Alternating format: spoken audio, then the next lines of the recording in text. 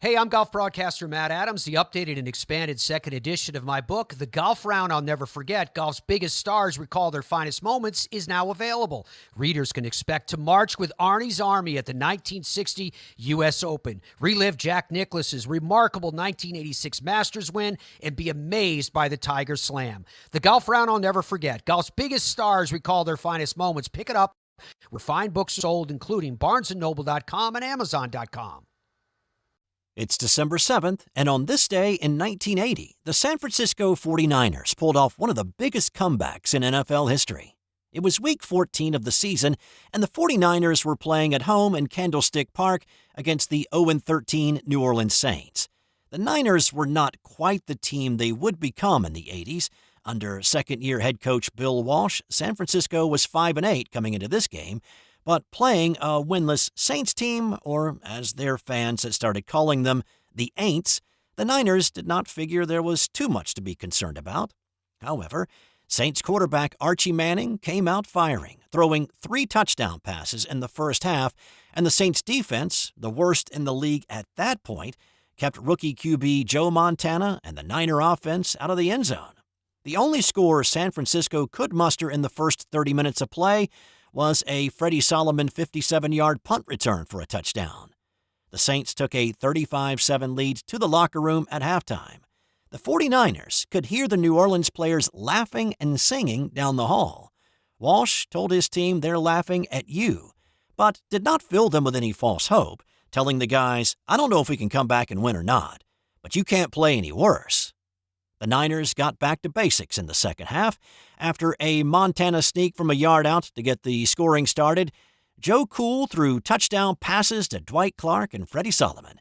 And then late in the fourth, Montana handed the ball to Linval Elliott, who weaved his way 7 yards for the touchdown to tie the game at 35, eventually sending the game into overtime. After halting the Saints on their overtime possession, Montana drove the Niners down the field, setting up the 36-yard game-winning field goal by Ray Wersching to complete the comeback, giving San Francisco the win 38-35. It was the biggest comeback in NFL history until 1993, when Buffalo overcame a 32-point deficit to beat the Houston Oilers in the playoffs. Also on this day in 1939, Lou Gehrig was elected to the Baseball Hall of Fame less than 7 months after retiring from baseball following his ALS diagnosis. And in 1985, Bo Jackson won the Heisman Trophy. That's all for today. More tomorrow on This Day in Sports History. Hey there, sports history fan. This is Arnie Chapman, a.k.a. the Football History Dude, and I hope that you enjoyed this recent episode presented by the Sports History Network and were able to learn some good old-fashioned sports history knowledge nuggets. I started the Sports History Network back in 2020 with the mission to help podcasters find a community of like-minded sports history nerds, as well as helping aspiring podcasters to start their own shows. We have a little bit over 30 shows on the network right now covering all sorts of sports history, but as far as I'm concerned, we're just at the toothpick in the ocean moment, that can't even figure it out because there's so much more coming. We wanted to create the ultimate headquarters for sports yesteryear, starting with Podcast Network and our website, but we're going to continue to move into other mediums as well. And here's the cool part, because we want you to be part of our team.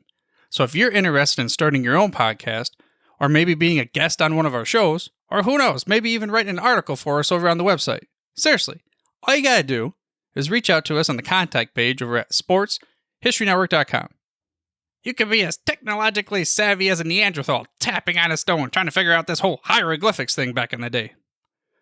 Again, it doesn't matter, because even if you don't understand the whole podcast space, we have a production team that can pretty much help you out with doing everything. All you gotta do, head over to sportshistorynetwork.com, head to the contact page, fill it out. That message goes right to me, and I'll reach out to you as soon as I can. But for now, dude, I'm through if you're through.